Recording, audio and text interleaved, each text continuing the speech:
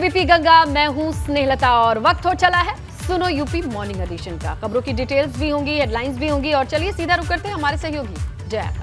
बिल्कुल स्नेहलता, और सबसे पहले बात आजम खान और उनके बेटे की कर लेते हैं। दरअसल आजम खान और उनके विधायक बेटे अब्दुल्ला आजम खान ने पुलिस सुरक्षा लौटा दी है। योगी की पुलिस पर नहीं रहा आजम खान को भरोसा। 10 बार विधायक, 1 बार लोकसभा सांसद और 1 बार राज्यसभा सांसद चुने गए सपा नेता आजम खान। और उत्तर प्रदेश सरकार से 22 श्रेणी की सुरक्षा उन्हें प्राप्त थी। उनकी सुरक्षा में यूपी पुलिस के 3 गनर तैनात थे, लेकिन आजम खान ने अपनी सुरक्षा में लगी पुलिस फोर्स को वापस कर दिया है। इतना ही नहीं, आजम खान के विधायक बेटे अब्दुल्ला आजम भी अपने सुरक्षा कर्मी को बिना जानकारी दिए लापता हो गए हैं। और ऐसे में आजम खान और उनके बेटे की सुरक्षा में लगे सभी पुलिसकर्मी वापस रामपुर आ गए। ये बड़ी जानकारी अपने दर्शकों को दे रहे हैं। आजम खान और उनके बेटे ने अपनी सुरक्षा वापस कर दी है। अब्दुल्ला आजम गनर को जानकारी दिए बिना लापता हैं। सुरक्षा में तैनात सभी पुलिसकर्मी रामपुर वापस लौट आए हैं।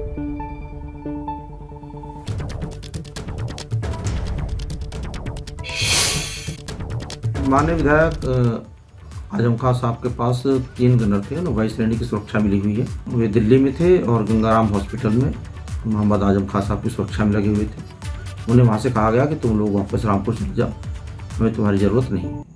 इसी तरह से माननीय विधायक हैं अब्दुल्ला आजम साहब, उनका गनर 22 तारीख से उन्हें खोज रहा है। तो विधायक जी का मोबाइल बंद है, उनके ड्राइवर का ही मोबाइल बंद है। गनर घर जाता है तो घर से उनकी कोई लोकेशन नहीं मिलती, न उससे कुछ बताया जाता है कि माननीय विधायक हैं। और चलिए आगे बढ़ते हुए अब बात सुहेलदेव भारतीय समाज पार्टी के सावधान यात्रा की भी कर लेते हैं। दरअसल सुहेलदेव भारतीय समाज पार्टी के अध्यक्ष ओम प्रकाश राजभर सावधान यात्रा शुरू करने जा रहे हैं। लखनऊ में कुछ ही देर में इसकी शुरुआत होने जा रही है और ओपी राजभर इस यात्रा को हरी झंडी दिखाकर रवाना करेंगे। 1 महीने चलने वाली ये यात्रा यूपी और बिहार के कई जिलों से गुजरती हुई 27 अक्टूबर को पार्टी के 20वें स्थापना दिवस पर बिहार के पटना में खत्म होगी। आपको ये भी बताएं कि इन दिनों राजभर की पार्टी बगावत से गुजर रही है और 250 से ज्यादा नेता पार्टी भी छोड़ चुके हैं, जबकि शशि प्रताप सिंह ने नई पार्टी का गठन भी कर लिया है। लेकिन इस बीच सावधान यात्रा की शुरुआत हो रही है। 27 अक्टूबर तक ये यात्रा चलने वाली है। पटना में इसका समापन होगा।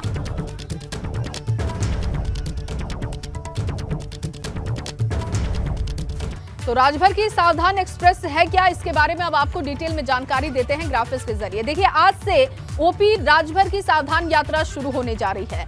लखनऊ में यात्रा को हरी झंडी ओपी राजभर दिखाएंगे और इसके अलावा पूर्वी यूपी और बिहार के कई जिलों से ये यात्रा आगे बढ़ेगी। और 27 अक्टूबर को सुभाषपा के स्थापना दिवस पर ये यात्रा खत्म होगी। आपको बताएं कि 20वां स्थापना दिवस पार्टी का 27 अक्टूबर को होगा और उसी दिन इस यात्रा का समापन भी हो जाएगा। लेकिन बगावत से इस वक्त सुभाषपा जूझ रही है। अब तक 250 से ज्यादा नेता पार्टी भी छोड़ चुके हैं, जबकि पार्टी छोड़ने वाले नेता नई पार्टी बनाकर राजभर को चुनौती भी दे रहे हैं। लेकिन इस बीच ओपी राजभर का मनोबल कम नहीं हो रहा है। शशि प्रताप सिंह, जो कि ओपी राजभर के बेहद करीबी रहे, वो भी नई पार्टी बना चुके हैं, अलग पार्टी तैयार कर चुके हैं। सीधा रुक करते हैं लखनऊ का। हमारे सहयोगी विवेक त्रिपाठी ग्राउंड पर हैं और ग्राउंड पर हो रही हलचलों को भांप रहे हैं। वहां से आने वाले इनपुट उनके पास हैं। क्या क्या चीजें पता चल रही हैं, क्योंकि बड़ा अच्छा दौर नहीं चल रहा है सुभाषपा के लिए। जो मौजूदा वक्त है वो टूट फूट का है। किस तरीके से मदद करेगी ये रैली? बिल्कुल, इसने लता, देखिए, ओम प्रकाश राजभर का कार्यालय है। सुभाषपा सुहेलदेव भारतीय समाज पार्टी की इसमें स्थापना दिवस पर आज यहाँ शुरुआत होगी बड़े कार्यक्रम की। अभी तक सुभाषपा का इतना बड़ा कार्यक्रम अभी तक नहीं देखा गया, जो यहाँ से लेकर बिहार तक पूरा उसका चर्चा है, फैला हुआ है। और आज कुछ ही देर में आ चुके अरविंद राजभर आ चुके हैं यहाँ पर, अरुण राजभर हैं, कई विधायक जो पार्टी के हैं वो भी यहाँ पर पहुँच चुके हैं। प्रेस कॉन्फ्रेंस की तैयारियाँ चल रही हैं अंदर।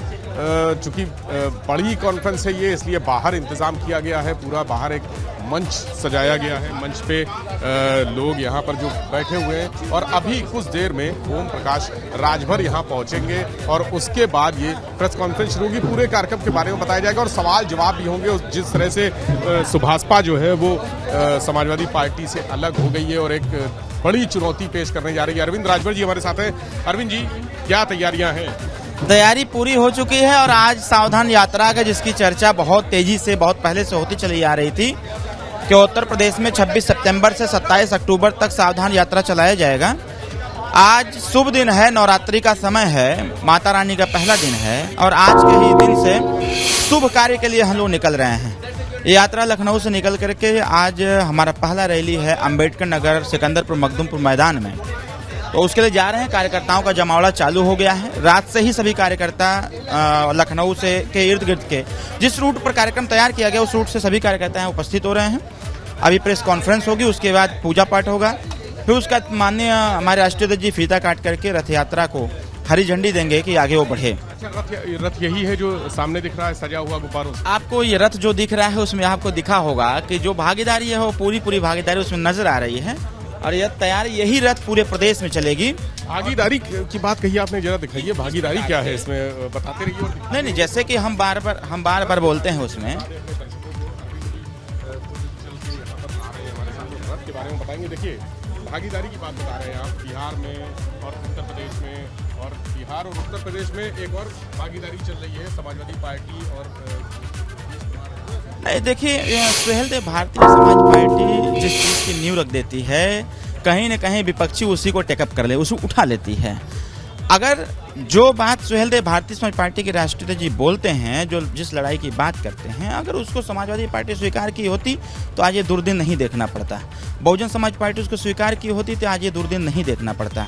कहीं न कहीं ये जो सावधान यात्रा है, ये सावधान यात्रा सावधान रथ यात्रा के माध्यम से उत्तर प्रदेश के समस्त गरीब, पिछड़े, वंचित, अल्पसंख्यक समाज सभी लोगों को ये बताने का हम लोग प्रयास करेंगे, जागरूक करने का प्रयास करेंगे कि जिस आरक्षण की लड़ाई, जिस भागीदारी की लड़ाई आप लड़ते रहे हैं कि हम समाजवादी पार्टी से ले लेंगे, उनको आपने मतदान किया, बहुजन समाज पार्टी से ले लेंगे, उनको मतदान किया, भारतीय जनता पार्टी से ले लेंगे, उनको आपने मतदान किया, कहीं ना ऐसा कुछ भी नहीं देखने को। इसमें कई दिख रहे हैं, राष्ट्रीय अध्यक्ष लोक एकता पार्टी जगन्नाथ कुशवाहा भी है, ये भागीदारी पार्टी है कोई, मतलब तमाम पार्टियों को जोड़ के क्या कोई एक गठबंधन? हमारे पुराने साथी हैं, हम लोग सदैव साथ साथ रहे हैं और ये पार्टियां हैं प्लस बिहार की पार्टियां हैं। भागीदारी की जिसकी बात किया, आप ऊपर से लेकर नीचे तक देखेंगे तो समस्त वर्ग के लोग हैं जिनकी बात माननीय ओम प्रकाश राजभर जी करते हैं, जिनके बारे में हमेशा चिंतन मंथन करते रहते हैं, लड़ाई लड़ते रहते हैं और चाहे सरकार में रहे तब भी उन्हीं की बात किए, सरकार से बाहर हटे तब भी उन्हीं की बात किए।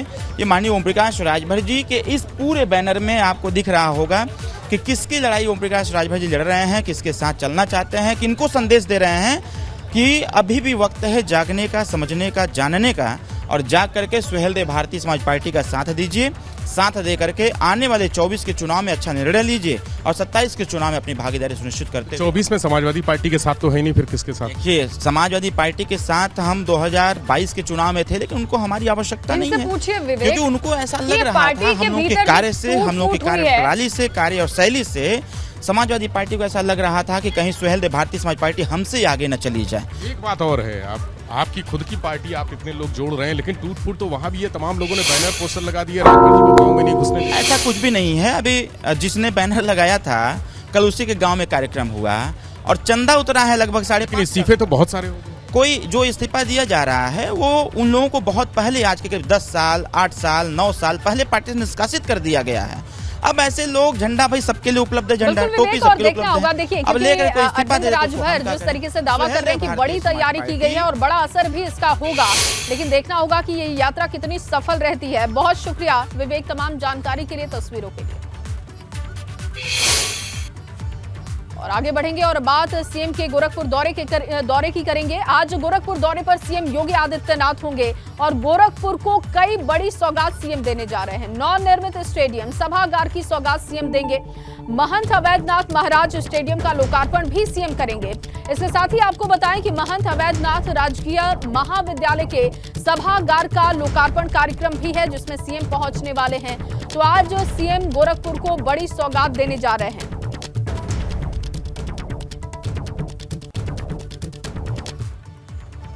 और अब ग्राफिक्स के जरिए आपको कुछ अहम जानकारी दे देते हैं। देखिए, आपको बता दें कि 16 करोड़ के विकास कार्यों की सौगात सीएम देने जा रहे हैं। इसके अलावा 10 करोड़ 16 लाख के महंत अवैधनाथ स्टेडियम का लोकार्पण का कार्यक्रम है जिसमें आज सीएम पहुंचेंगे और यहां पर खेल मंत्री गिरीश यादव भी कार्यक्रम में मौजूद होंगे। स्टेडियम में 250 लोगों के बैठने की व्यवस्था है। कई सुविधाओं से ये स्टेडियम लैस भी है। जो इसकी अब खूबी है वो अब आपको बता रहे हैं। 8 लेन वाला 300 मीटर का सिंथेटिक रनिंग ट्रैक भी इसमें है। इसके अलावा कुश्ती, बैडमिंटन, टेबल टेनिस हॉल भी है। गोरखपुर के खिलाड़ियों को बड़ा मौका मिलने जा रहा है, उनके लिए ये बड़ी सौगात है। 5 करोड़ 80 लाख से निर्मित सभागार का लोकार्पण कार्यक्रम आज सीएम करने जा रहे हैं। साथ ही आपको ये भी बताएं कि सभागार की जो क्षमता है वो 462 व्यक्तियों के बैठने की बताई जा रही है। तो गोरखपुर को बड़ी सौगात सीएम देंगे और क्या इसकी खूबी है, इसकी जानकारी भी हम आपको दे रहे हैं। साथ ही साथ आपको ये भी बताएं कि खिलाड़ियों को एक बड़ा मौका मिलने जा रहा है और वो अपनी प्रतिभा को और बेहतर तरीके से निखार पाएंगे। इस स्टेडियम के जरिए ट्रेनिंग उनकी बेहतर हो पाएगी और इसी सौगात के लिए आज गोरखपुर का दौरा होगा। और इस बीच अब बात केंद्रीय मंत्री अजय मिश्रा टेनी के बेटे को लेकर आई खबर की भी कर लेते हैं। दरअसल तिकोनिया कांड में जेल में बंद आशीष मिश्रा उर्फ मोनू की जमानत को लेकर आज सुप्रीम कोर्ट में सुनवाई होगी। जी हां, आज सुप्रीम कोर्ट में आशीष मिश्रा की जमानत पर सुनवाई होने वाली है। लखीमपुर के तिकोनिया कांड में जमानत पर सुनवाई आज होगी और आज आशीष मिश्रा की जमानत पर यूपी सरकार भी अपना पक्ष रखेगी। पिछली सुनवाई में सुप्रीम कोर्ट ने यूपी सरकार को नोटिस जारी किया था। इलाहाबाद हाई कोर्ट ने आशीष मिश्रा की जमानत याचिका खारिज कर दी थी, जिसके बाद सुप्रीम कोर्ट में चुनौती दी गई थी और आज देखिए इस याचिका पर सुप्रीम कोर्ट सुनवाई करेगा।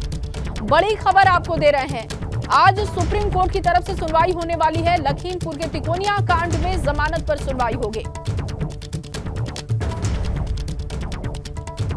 तो मोनू की जमानत पर सुप्रीम सुनवाई होने जा रही है। कुछ अहम जानकारी अब आपको ग्राफिक्स के जरिए देते हैं। लखीमपुर कांड में आज बड़ा दिन है। आशीष मिश्रा की जमानत पर सुनवाई होने जा रही है।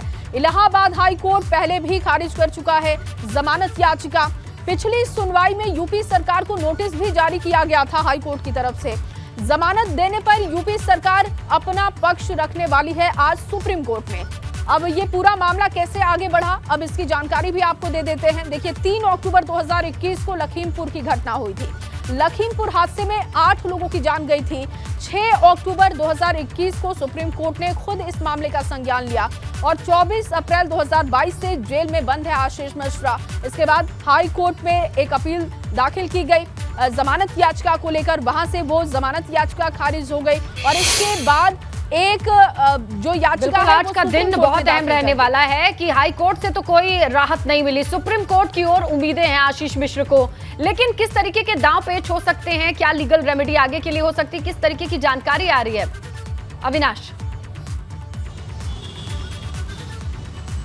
देखिए, अगर बात करें तो सुप्रीम कोर्ट में आशीष मिश्रा ने अपनी जमानत की याचिका लगाई हुई है। क्योंकि पिछली बार जब सुनवाई हुई थी तो उत्तर प्रदेश सरकार को नोटिस जारी किया गया था ये जानने के लिए क्या उत्तर प्रदेश सरकार आशीष मिश्रा को जमानत देने के पक्ष में है या नहीं है। अगर आज बात करें तो आज उत्तर प्रदेश सरकार उस नोटिस का जवाब देगी, जिसमें देखने वाली सबसे बात महत्वपूर्ण होगी कि क्या उत्तर प्रदेश सरकार आशीष मिश्रा के जमानत के पक्ष में है या नहीं है। इसके साथ साथ अगर बात करें तो आशीष मिश्रा भी अपनी ओर से वकीलों के जरिए दलील रखेंगे कि क्यों उनको जमानत दी जाए। क्योंकि उनका यह कहना है कि जो तमाम सारे गवाह हैं जिनको ये कहा जा रहा था कि आशीष मिश्रा डरा सकते हैं और आशीष मिश्रा के प्रभाव से वो अपने बयान बदल सकते हैं, उन तमाम सारे गवाहों के बयान हो चुके हैं। लिहाजा अब उनको जमानत दी जाए और उनका जो है हक बनता है। क्योंकि जिस तरीके से अब अगर बात करें तो मुकदमे का ट्रायल होगा, ट्रायल में जिस तरीके से तमाम सारी दलीलें रखी जाएंगी उसके बाद फिर सजा का ऐलान होगा, लेकिन उसके पहले वो जमानत की याचिका लगा सकते हैं और वही किया है आशीष मिश्रा ने। सुप्रीम कोर्ट में आज इस पूरे मामले को लेकर सुनवाई होगी। उत्तर प्रदेश सरकार भी अपना पक्ष रखेगी और उसके साथ साथ आशीष मिश्रा के वकील भी पक्ष रखेंगे कि क्यों आशीष मिश्रा को जमानत दी जाए और क्यों किस तरीके से, जिस तरीके से पिछले इतने दिनों से जेल में बंद है, तो क्यों पॉलिटिकल षड्यंत्र हो रहा है, तमाम सारी चीजों को लेकर के उनके वकील अपनी दलीलें रखेंगे। अब देखने वाली सबसे बात महत्वपूर्ण होगी कि उत्तर प्रदेश सरकार का क्या रुख रहता है। क्या उत्तर प्रदेश सरकार आशीष मिश्रा के जमानत देने के पक्ष में रहती है या फिर वो भी अपनी ओर से कोई विरोध दर्ज कराती है। सुनवाई में क्या टिप्पणी सुप्रीम कोर्ट की होती है अविनाश, उस पर भी हमारी निगाहें होंगी।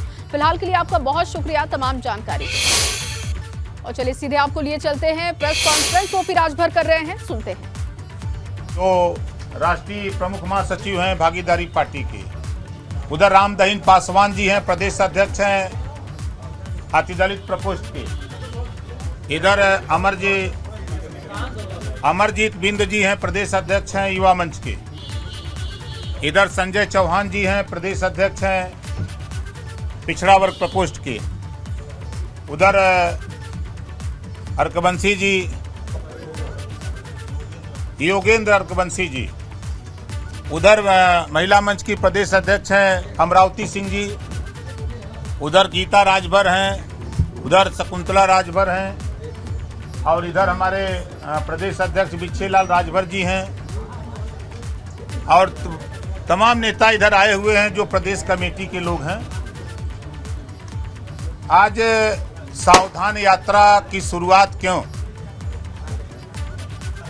आज़ादी के 75 साल में अगर हम बात शुरू करें अर्कबंसी से, तो पहली बार प्रदेश की राजनीति में अर्कबंसी, बंजारा, बहेलिया, खंगार की चर्चा हुई। आप लोग भी लंबे समय से देख रहे हैं। आज अगर बात किया जाए नाई, गोंड, पाल, प्रजापति, कश्यप, बिंद की, वोट के लिए तो इन लोगों का इस्तेमाल होता है। इस नाते हम लोगों ने सावधान यात्रा के माध्यम से जनता के बीच में इनको समझा करके सावधान करना चाहते हैं कि देखो, जब तक प्रदेश में, देश में जातिवार जनगणना नहीं होगी तब तक हक हिस्सा नहीं मिलेगा। सुहेल देव भारतीय समाज पार्टी, भागीदारी पार्टी जातिवार जनगणना करा करके जिसकी जितनी संख्या भारी उसकी उतनी हिस्सेदारी दिलाने के लिए जनता के बीच में, जनता को सावधान करने के लिए कि सत्ता में जब रहती है पार्टियां तो फिर वो जातिवार जनगणना नहीं कराती हैं। सत्ता से बेदखल होते ही याद आ जाते हैं हम लोग। जब सत्ता में लोग रहते हैं तो ये नहीं समझ में आता है कि चाहे वो सरकारी स्कूल में पढ़ने वाला बच्चा हो और चाहे प्राइवेट स्कूल में, जब किसी नौकरी में जब वो अप्लाई करता है, फॉर्म भरता है तो पेपर एक आता है। इस नाते भारतीय समाज पार्टी और भागीदारी पार्टी हम लोगों ने तय किया है कि जब देश एक है, संविधान एक है, प्रधानमंत्री एक, राष्ट्रपति एक, तो इस देश में शिक्षा भी एक समान होनी चाहिए ताकि सबको समान भागीदारी मिल सके। तो एक समान शिक्षा, अनिवार्य शिक्षा और फ्री शिक्षा की लड़ाई हम लोग सावधान यात्रा के माध्यम से जनता के बीच में जाकर के हम लोग इसको बताने का काम करेंगे। आज हमारे कालूराम प्रजापति जी, उनके नेतृत्व में बुंदेलखंड की, ये हमारे कालूराम प्रजापति जी इधर हैं, इनकी यात्रा बुंदेलखंड में इनके नेतृत्व में होगी। पश्चिम में जो सावधान यात्रा की नेतृत्व जो है हमारे प्रेमचंद कश्यप जी के नेतृत्व में हो रही है। रामपाल मांडी जी हैं, उर्वशी जी हैं, बल्ली चौधरी जी हैं, राजू पंडित जी हैं। ये तमाम लोग पश्चिम की तरफ ये अपना रथ यात्रा शुरू करेंगे। मध्यांचल में हमारे अमरमणि कश्यप जी हैं और हमारे तमाम साथी यहाँ हैं जिनके नेतृत्व में मध्यांचल में आंदोलन चलेगा और मध्यांचल, पूर्वांचल, पश्चिमांचल और पूर्वांचल। ओम प्रकाश राजभर भी ज़्यादा समय मैं दूंगा, चूँकि मुझे पटना भी जाना पड़ता है बिहार में, तो ज़्यादा समय पूर्वांचल और बिहार। उसके साथ साथ 2 तारीख को मैं आगरा रहूंगा, 8 तारीख को मैनपुरी रहूंगा। उधर जो भी बड़ी सभाएं होंगी वहां हम हाजिर रहेंगे। हम लोगों की मंशा है कि जैसे हमने देखा, जब मैं 5.5 साल से विधानसभा में हूं, हम अपने नेतृत्व में बड़े पैमाने पर गरीबों के इलाज के लिए अब तक 5.5 साल में 9 करोड़ 38 लाख रुपया हम लोग दे चुके। तो आखिर में प्रदेश में तमाम विधायक हैं, उत्तर प्रदेश में 403, तो ये अपने अपने क्षेत्रों में गरीबों के इलाज के लिए, ऑपरेशन के लिए पैसा क्यों नहीं देते? तो हम लोगों ने तय किया है कि अब इस देश में एक कानून बने, कोई भी गरीब, कोई भी जाति का हो, उसका इलाज कराना हो, ऑपरेशन कराना हो, जो भी रुपया लगे, खर्च लगे, वो सरकार दे और गरीब का इलाज फ्री में हो। इस बात का संदेश सावधान यात्रा के माध्यम से जनता के बीच में हम लोग पहुंचाना चाहते हैं ताकि गरीब का हित हो, गरीब को भी समझ में आवे। आज जरूरत है लोगों को रोजगार की।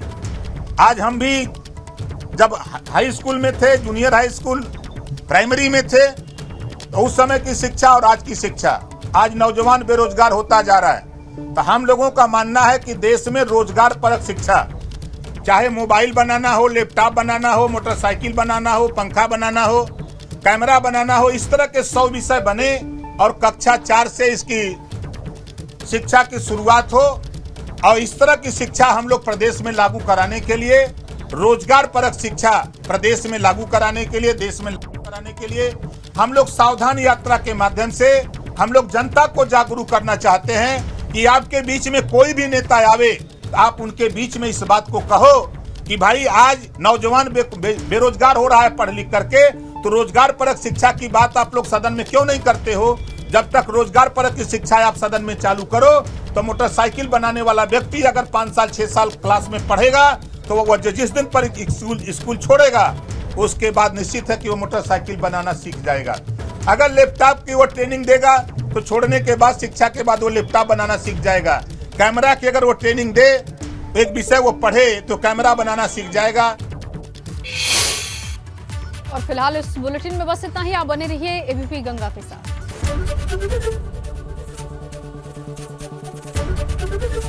एबीपी गंगा, खबर आपकी, जुबान आपकी।